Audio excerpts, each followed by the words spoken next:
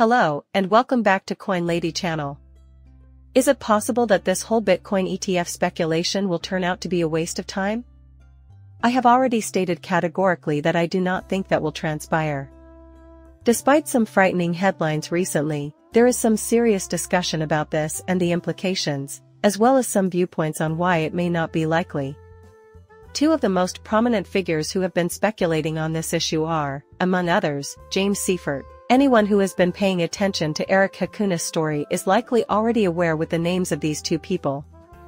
I might be seeing more posts from Kunis, because he and his partner work at Bloomberg Erco. Bloomberg employs him as their senior ETF analyst. He's been keeping people informed about what's happening and the rumors that have been circulating behind the scenes, thanks to his sources.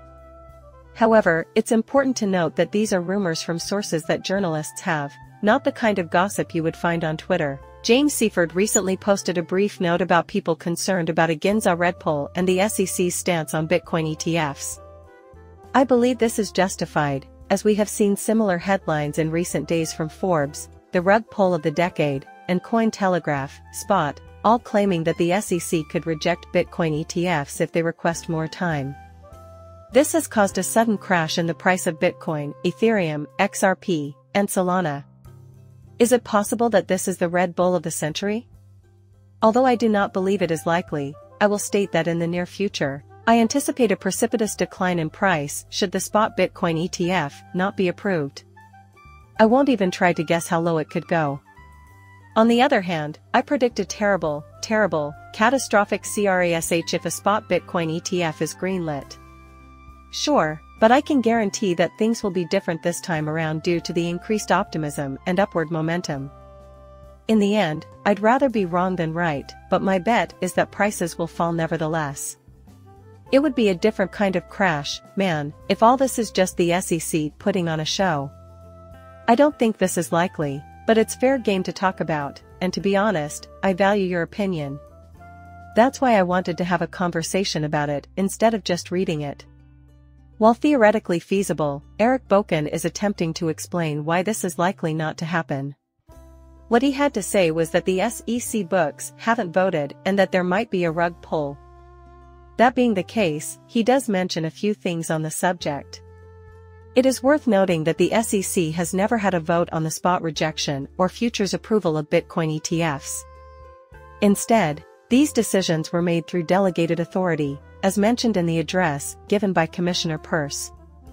This makes sense, considering that these projects have been led by the 10th floor since the grayscale. Alright, give it a moment. He's referring to the top brass at the SEC who have been making the calls. Here we have the speech given by Hester, the secretary of the Peirce, the commissioner. I may not read it in its entirety, but I will read Madlife's final installment. It seems like the last sentence is toward the finish. Now, focus, Hester's handbag. 2 of the 5 commissioners who were present voted against suing Ripple, and she was one of them.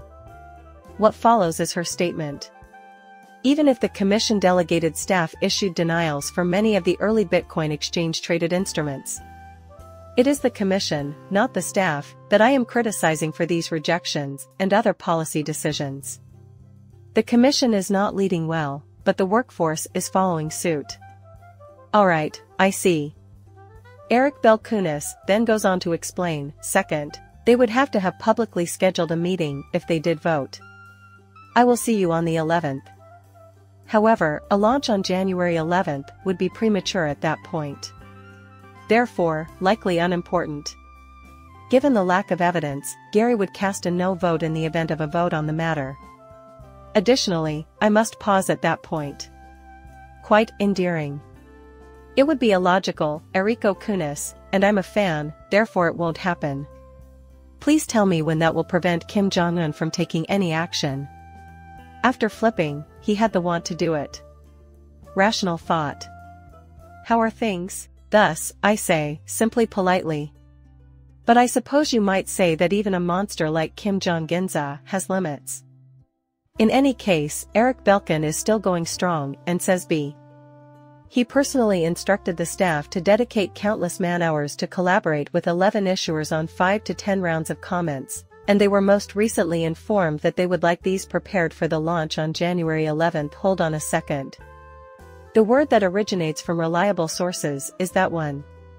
Indeed, this is transpiring. Although it has not been officially announced, reliable sources have stated that. Actually, I find it more reasonable that his second claim is stronger than his first. After all, it was Gary Gensler who specifically instructed us to visit this workplace. It also led to thousands of man-hours, as he notes here. The SEC asshats still have no idea what they're working toward, so I don't understand what the point is. What good would it do if, instead of proving this, they simply pretended to accomplish so, which would bring them no renown or anything of the like? What good would that do? Because if they don't provide their stamp of approval to this, they will face insurmountable lawsuits. And still nothing, no amount of debate? We shouldn't refuse, that's all. Perhaps some could be found there. Yeah, I get it, maybe there's something I haven't thought of yet. However, I continue to believe that it is difficult to believe that they would genuinely believe that putting in thousands of hours of work just to know in advance that they will deny this stuff would benefit them, especially considering the claims that they are being arbitrary and capricious when the Grayscale lawsuit was successfully defended. That is the point I am trying to make. Even for the SEC, that would be the most outrageous thing that has ever happened in the crypto world. We are living through it right now, and if it doesn't get approved, it will be the most outrageous thing that has ever happened in crypto, period. Now, I don't have 100% certainty, but I'm just saying that. Look has made it clear to me that there have been approved products of a comparable kind in regions other than the rest of the globe. Well, you are talking about this product in the United States, the most powerful economic power in the world. Because of this, it is highly significant. Bitcoin, whether you like it or not, tracks the stock market. Things that are happening economically in the US are what we are discussing, although not solely. And I get that it's not always the case that stock prices reflect the state of the economy, or that economic activity precisely tracks stock prices. The important thing to remember is that there is a connection between the two. There would be no stock market, for instance, if the economy suddenly collapsed. That is, therefore, obvious. But I'm simply stating. Oh, here we go, is his last statement. That being said, we will not change to 100% odds until the SEC officially announces it, just as ESPN will not change to 100% winning chance until the game is completed, regardless of the score. Apologies for the length of this tweet. Indeed, I agree with you on that. That's acceptable. This item is definitely sealed up, though, as I think we all know. Also, think about it, if the SEC is acting theatrically, they are deceiving everyone at all of these companies, including BlackRock. Okay, I guess we'll find out what happens here. Like you, I thought this was fascinating. This was brought to you by Vanek, the creator of Points, Veil Strategic Advisor, Tether, and Gamer Gearbox. Therefore, I will not read aloud the contents of your screen. Since you're likely to be unable to view it on your iPhone while seated in front of a television, I did create a full-screen case to assist you, guys. No. However, he did disclose the following at this place. I felt compelled to bring attention to this idea since it reflects the kind of impact that this will have. Those who argue that the spot Bitcoin ETF is a retail-level crock are completely mistaken. My polite disagreement is with you. I get that word of it will likely spread like wildfire. Also, I feel the same way. However, when considering the long term, I fail to see how this might not be of the highest importance. Unless you believe that all of these companies, including BlackRock, would have unsuccessful goods, this would be a major issue since you are talking about a substantial amount of money moving into this over much longer periods of time.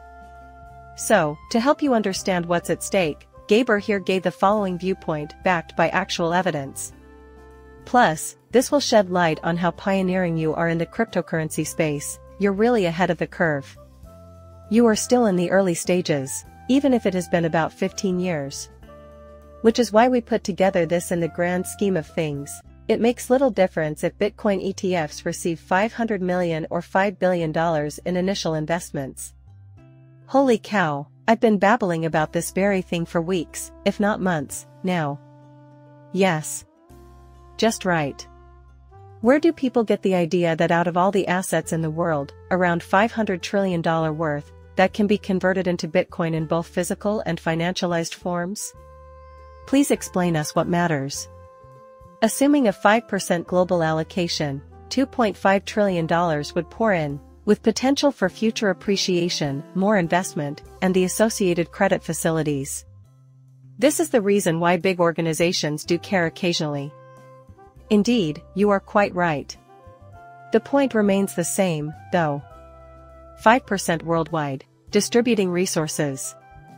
What is the actual allocation? Much greater than that, I wouldn't be shocked. A great deal. I mean, I could be completely wrong here, but I'd be willing to bet 0.5% on this crypto monster that will emerge in the next decades. I'll keep acting like you're much ahead of the curve since I'm speculating that a lot more money will flow. What transpires here will be observed. On the other hand, I am really hopeful. I'm hoping for good news only. I will not let myself get into a panic attack if the news incident is a sell the news story. Also, it's conceivable that I'm mistaken and it isn't. In some respects, I am mistaken. Like everyone else in the world, I'm just making an assumption. Great. My net worth will continue to rise, so I'll be glad I was wrong about that. After that, we'll see what happens. For the record, I am not a financial planner. Do not let anything I say influence your purchasing or selling decisions. Please like and subscribe my channel. See you later, bye.